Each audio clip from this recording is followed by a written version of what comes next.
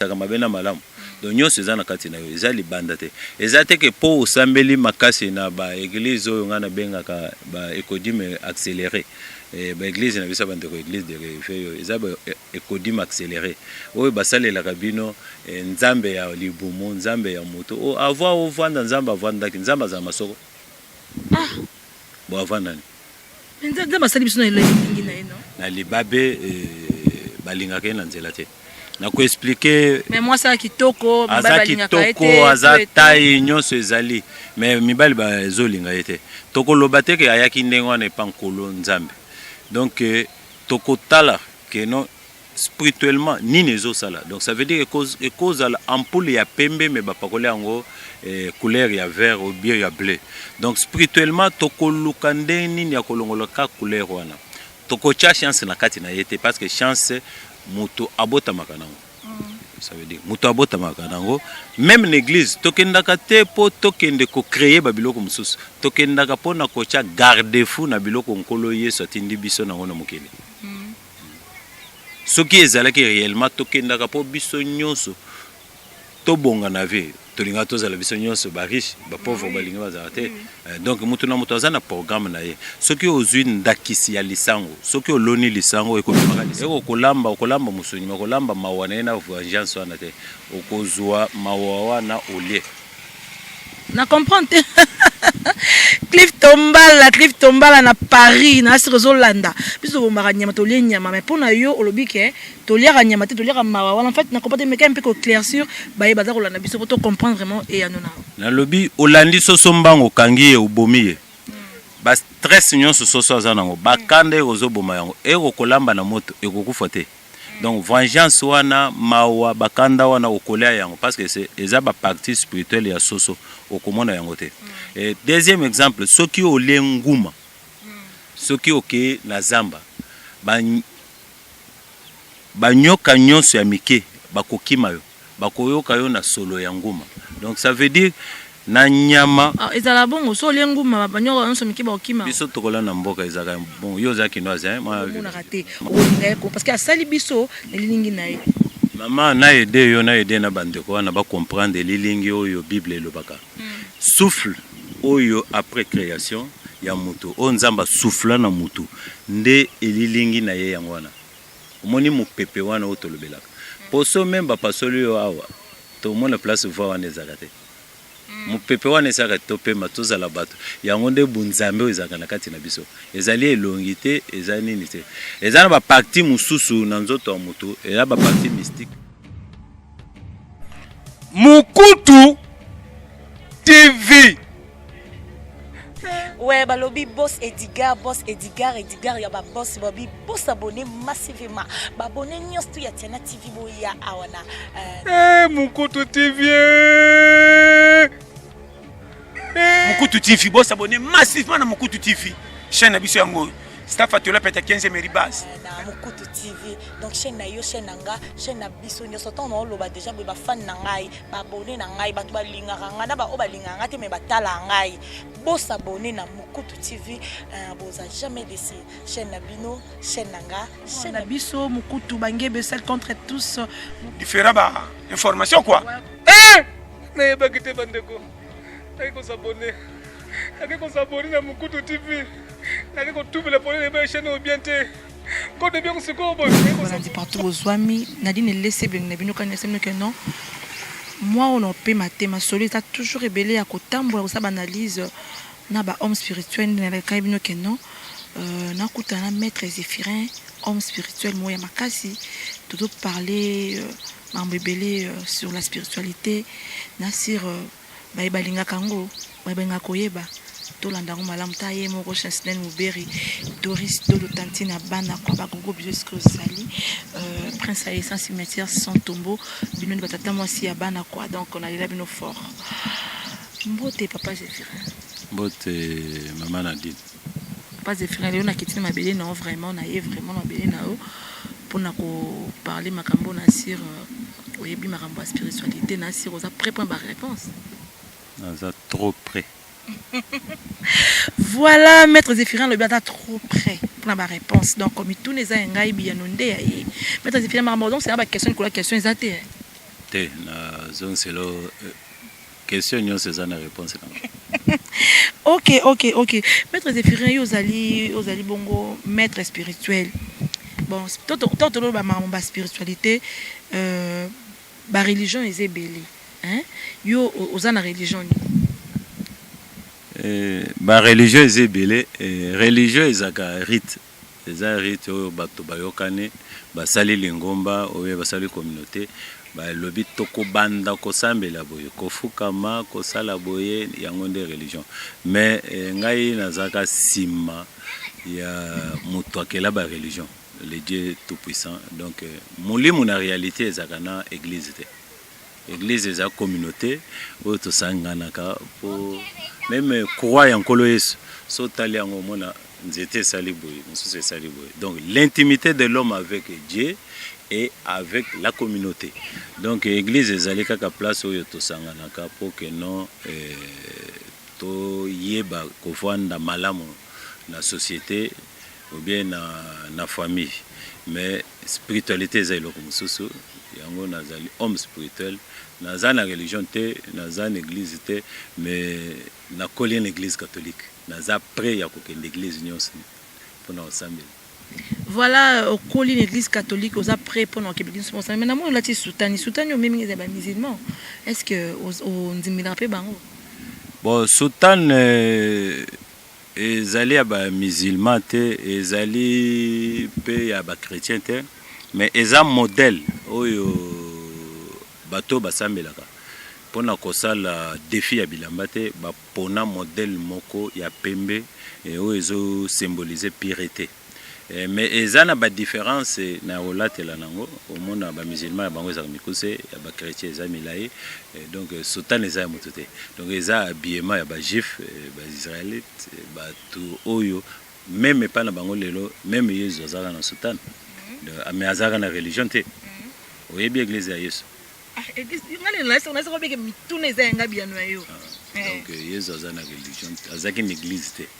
mais azaki ka sauver.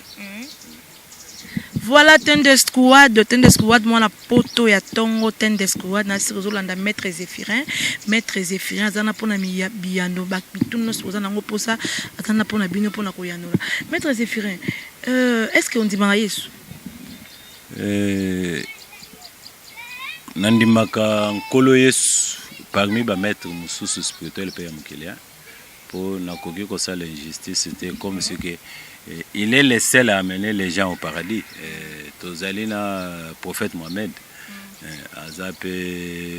parmi les hommes spirituels qui le connaissent. Non, naïna yeba non. Biso ba chrétien, tozora Jésus-Christ comme Seigneur et Sauveur. Alors yo zora Jésus-Christ ndeti nani. Ngai nazwaka Jésus-Christ comme un maître spirituel et oyo alakisi batu nzela ya kokende. Et papa naye oyo ezali nzambe le tout puissant nazwaka ndengwana un maître spirituel. Voilà azwaka maître spirituel bon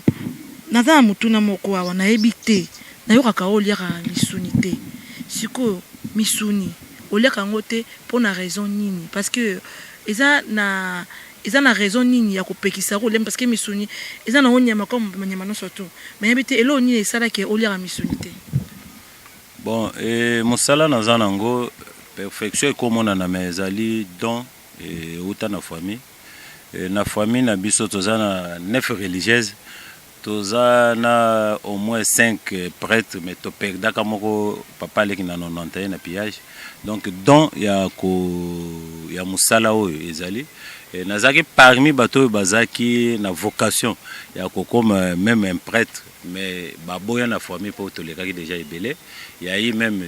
ma petite sœur wazaki déjà na pouvoir balongola ki pour tozaki déjà ebele bon don oyo na botami nango misuni na bomwana na comprena ki yango bien te na banso nale nazovimba nzoto compatibilité na nzoto na ezalaki te mais na koli na comprendre ce que ba principe spirituel na comprendre ezali moko oyo ezo freiner ngai na évolution spirituelle na ngai donc na lingi na loba boye que nazo exemple ya muke soki ozobenga na soso soso kokima vengeance wana eza na kati na ye pa okangi ye obomi ye okolamba musuni okolamba mawa na ye na vengeance wana te okozwa mawa wana olie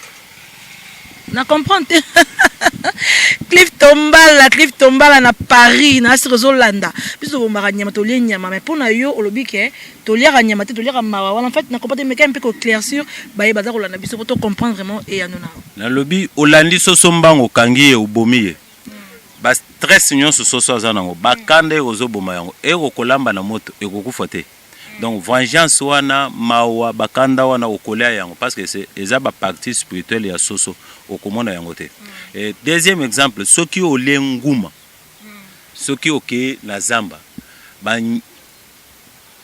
banyoka nyonso ya mike bakokima yo bakoyoka yo na solo ya nguma. Donc ça veut dire na nyama ezala bongo so lenguma banyoka nyonso mike bakokima biso tokola na mboka ezaka bon yo za kinoise ma village na za villageois na yebi ezaka ndingo. Donc ça veut dire na nyama nyonso Dieu il n'est pas bête pour créer yango asala yango te pas impossible yango. Bon asala important ndo masala ki mokili apesa ki asala ki banyama asala ki ba bilanga tutu abi asala dans FK non biloko yango ya kolia siko yo pekisa ngondeni. Si c'était que pour bolia yango donc Adana Eve avoir basalo lisumu linga ba bando kolia déjà mais babando simba ba lion bazo tambola na bango tutu wana lisumu ezakite pas ezakite nzamba bando ya otala bango poko nyonso mais après lisumu bango nde bakomi koluka nzambe donc nyonso ebeba na wana. Donc amitié entre nyama na moto ebeba après lisumu ya Adana Eve nde moto akomi kolia nyama pe azui moto allié. Na kopeso exemple spirituel moko Daniel babwaki na libulu ya bakosi il était végétarien. Azaki végétarien c'est pourquoi baliaki était ezate po asambelaki makasi po okoki kolukata pasteur moko to kendo bwaka lion moko azawana asambela makasi soki lion wana akolea ete non papa te balobi ke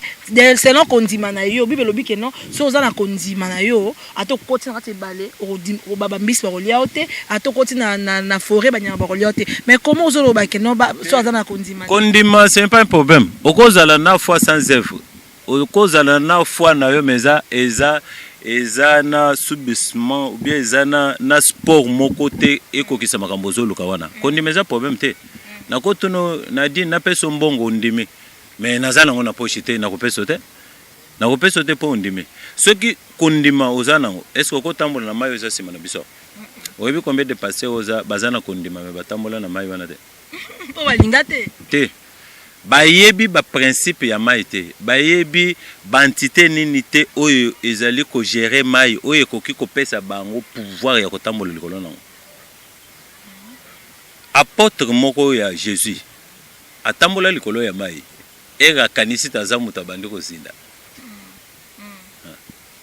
Donc po longola kobanga olongola makambo nyonso eza na kati na yo il faut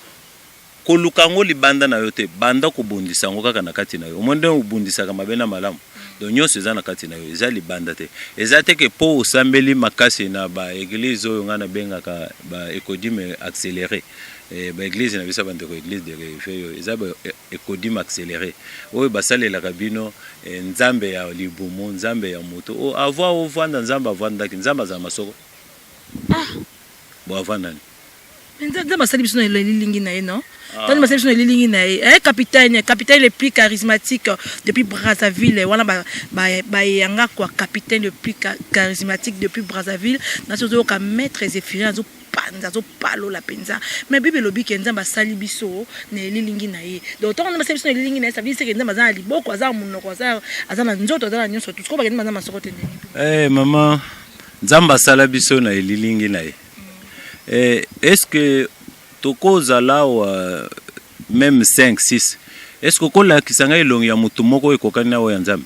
po biso nyonso mutu na mutazana elongi na ye mais nzamba za munene nzamba za na forme te nzamba sala muno ça veut dire asala elongi na ngeza lokwa etant badima lobi ke non mutu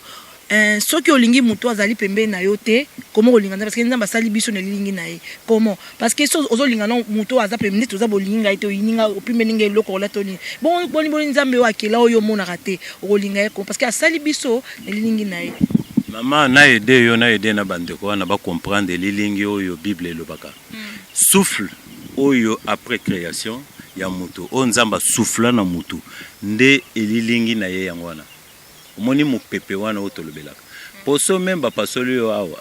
to mona place voix wana ezalaka te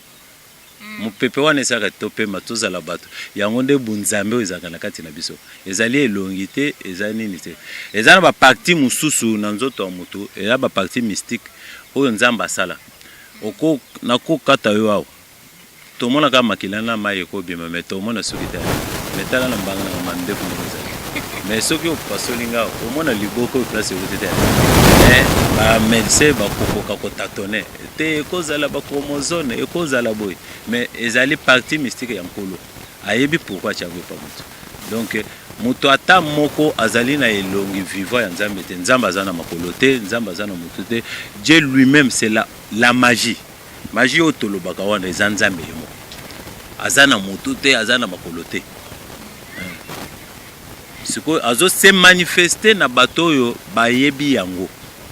lokola babiso boy neto zo maîtriser ba principe wana nzamba azo se manifester.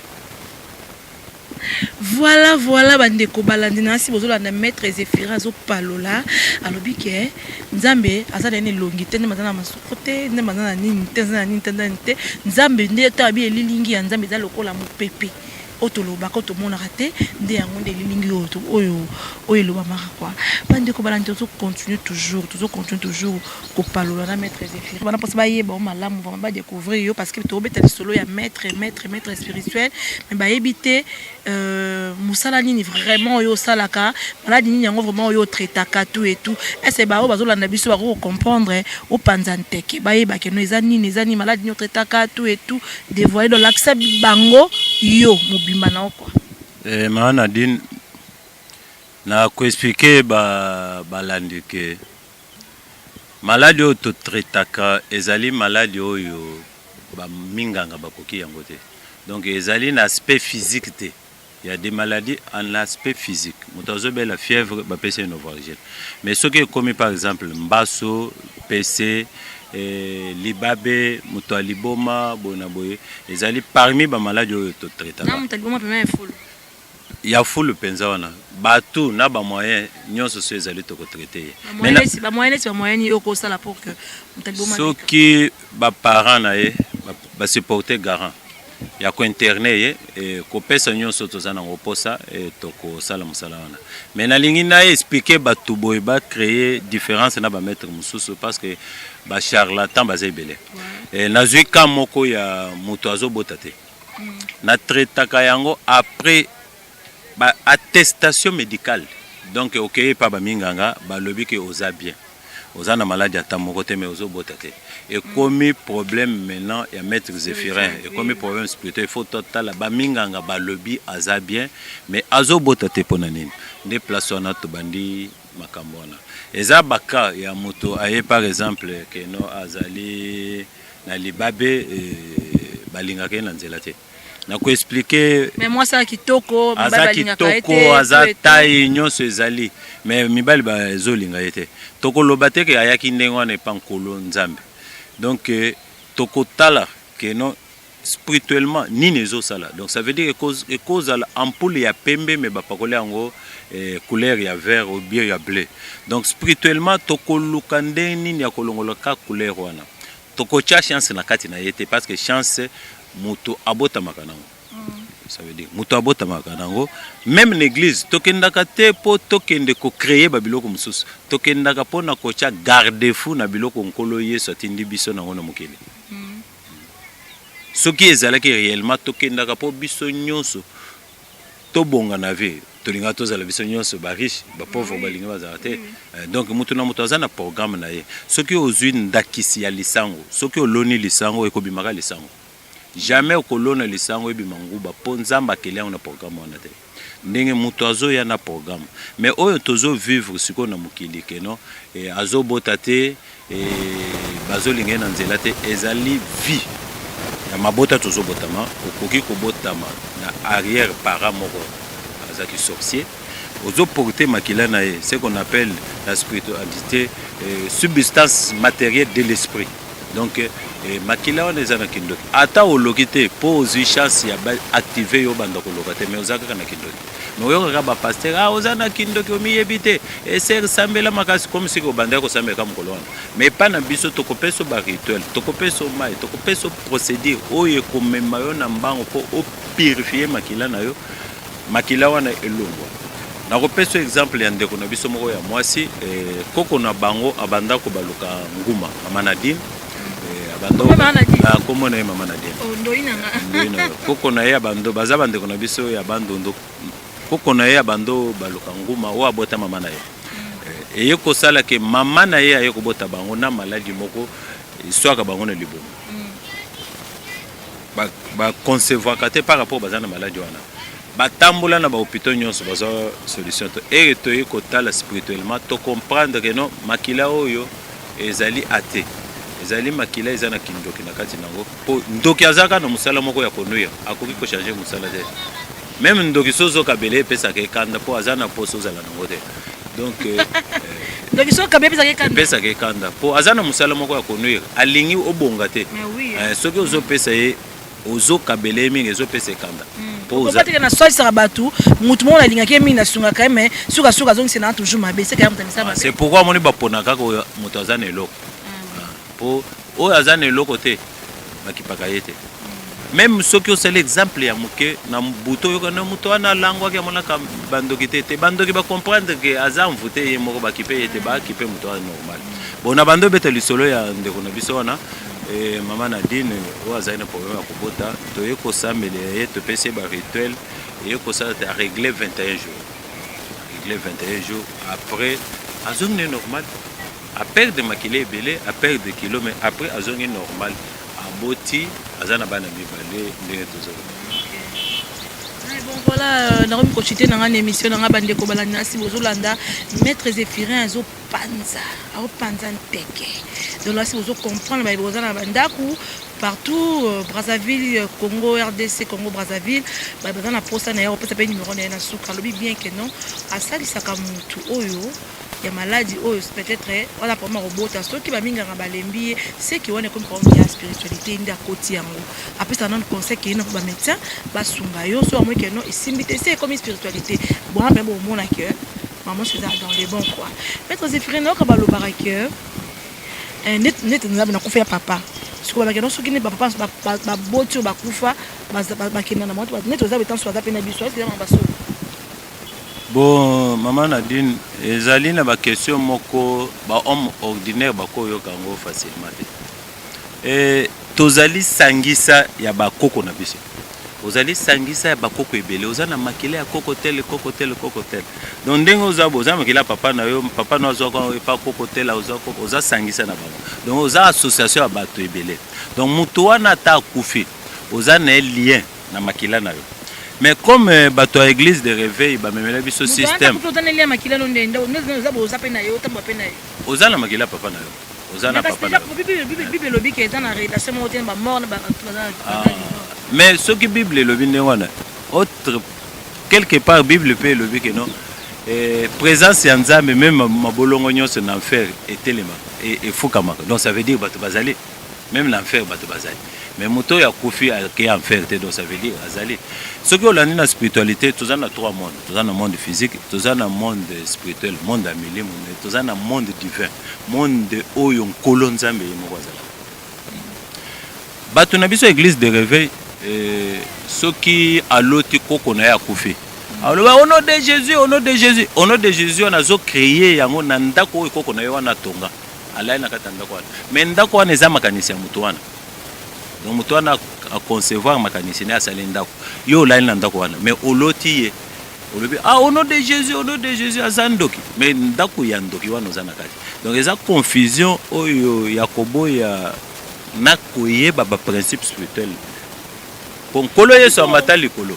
eli na Moïse bayaki bazaki na bomo maître Zéphir côté pesa na mutu pasi makasi ba bolo na biso ba comprendre dans le biboy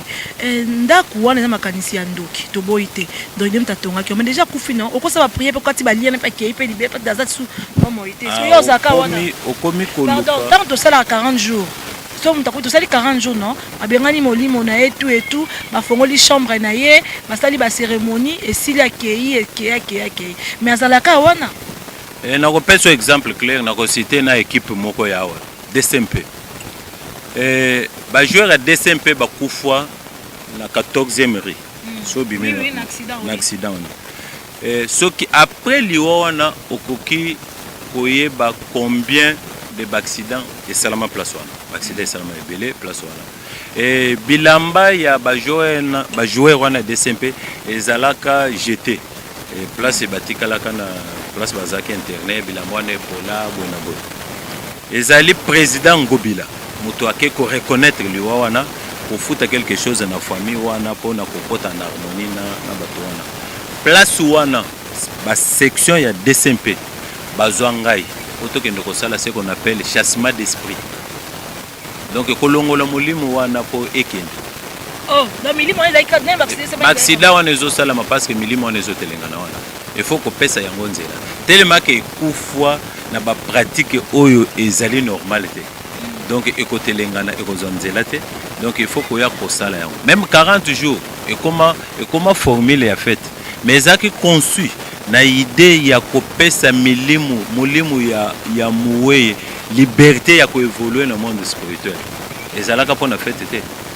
même ba messe oyo ezaka kosalama chaque fois na ba église catholique ezali pona kopesa éveil na milimu ya bato o basi bakufa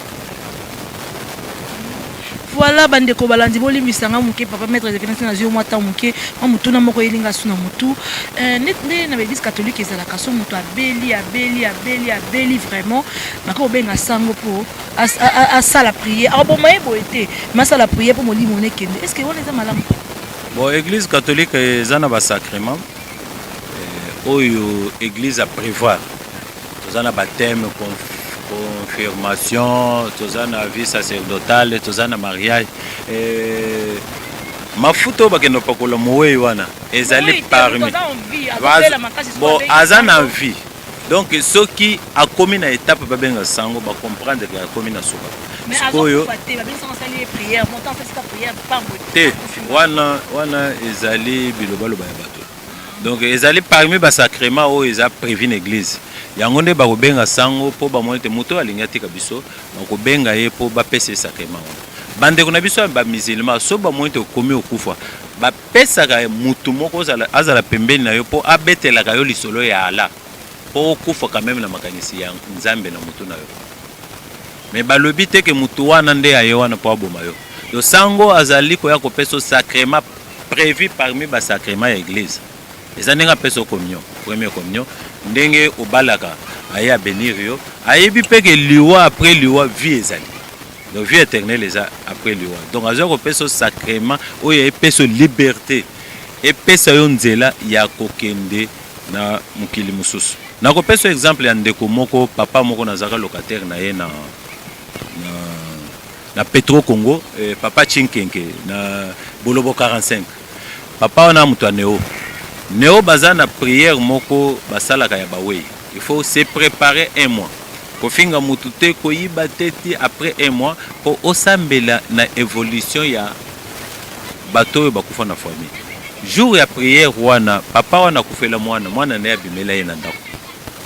abimela ye moto boyo to na amoni mwana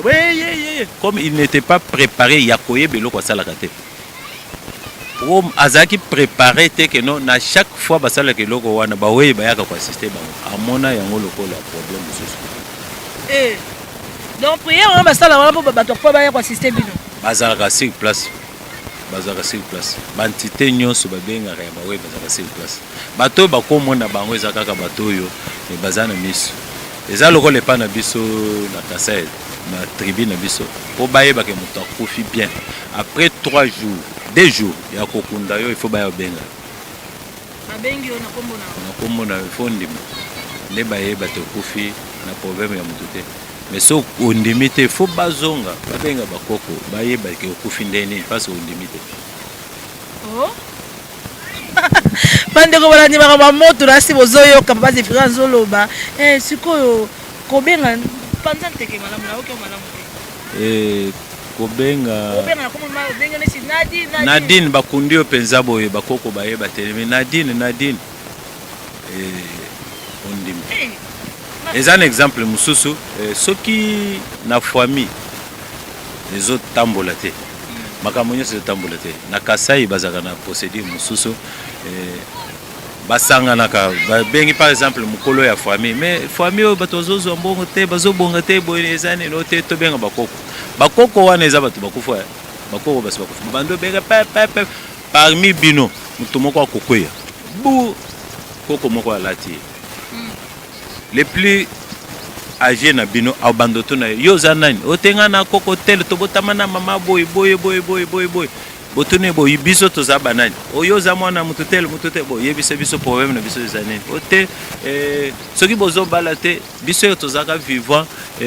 koko na bino tel abotola mwana mwasi abato abota na ya pesa biloko libala te donc boza obligé à koluka famille wana ta koko na bango moko bo futa et ça la maka ezali interdire spiritualité ya bato te po bajif te lelo po ali akosokola maboko tiao po yo bala okoki kobala te leki akobala liboso ya na ete donc eza problème na spiritualité te donc eza rite ezali modèle ya vie ya tribu wana so boso ngaleki na zona libala vanda France ya kasi ya yo ba zoa exemple ya c'est qui Jacob akenda po bala Rachel bapesaka ye te po yaya balaki te donc ezali bajif bazaka ndenge wana basi mibala wana bali bango epa ya noko na ye mais awa soki moto abali epa noko na ye bandeko na biso bandondo toseka bakintudi mais eza na Bible mais tellement que pasteur akote yo yango te po ozana Nicodème. Mais pour la biso pe darama be wana eza inceste na famille vraiment tayo mo yana liba bala ndeza mabe makasi eza olobi yango inceste mais eza na kati ya Bible Jacob asali yango eza na kati ya Bible wana eza inceste te wana voilà bandeko balandi na dine lesi bana nous ko chite ye moko le boss Edgar celle contre tous mon boss Edgar ba gros budget sikozali pour la nité mo chancelier Mouberi Doris Dodo tantine ya bana ba gros budget na Paris sikozali tantine bana quoi ye moko le capitaine le plus charismatique quoi à partir de Brazzaville kamite makolo na Brazzaville capitaine donc komona nga to panchanteke o wayo ndeko na okwa ba gros bisous sikozali papa Zéphirin moi mot de la fin na open numéro de téléphone yo landa biso bana posa na koyebisa bandeko nyonso bazolanda biso que non mama yembo basalela kango publicité te spiritualité béquilibre kayango ne loko moko na mokilité mais béquilibre kango kaka na sagesse na intelligence oyo nyonso azali na problème ya kobota maladie oyo amonike minganga bazokoka yango te numéro na ngai nazopesa bino même bo passer par Nadine po ya ezaka affiché même boye directement vers ngai nakosonga bino à 100%. Numéro na ngai ezali 081 29 12 192 081 29 12 192. Voilà Cédric Molasso mwana mongala ya Tongo yemoko Cédric Molasso ba gros bisous sikozali Yannick caméraman ya sika ina ba moto nae mwana moya mokie le grand caméraman Yannick ba gros bisous sikozali na si na sima si on a dit laissez moi bilingue mafuta boye eza yemoko Yannick le grand caméraman quoi ba gros bisous sikozali vraiment na linga bino mingi mon beau chéri que j'aime au fond de mon cœur petite sœur nanga moko Odette Makanzamba liso moi on a tango ina biloko na za ngona pardon ya HNT ye moko Ritiana balobi Ritiana TV nde makambo bo s'abonner na Ritiana TV donc ko ba gros bisous sikazali moi c'est kitoko moi c'est moi ya mulai ko ba bisous sikozali nga vraiment na dina bino moi Marie est laissée Priscilla Ipoire à la cadette ba gros bisous sikabozali na lo basusuni dine laissé blen na bino Tokabwani, à suivre.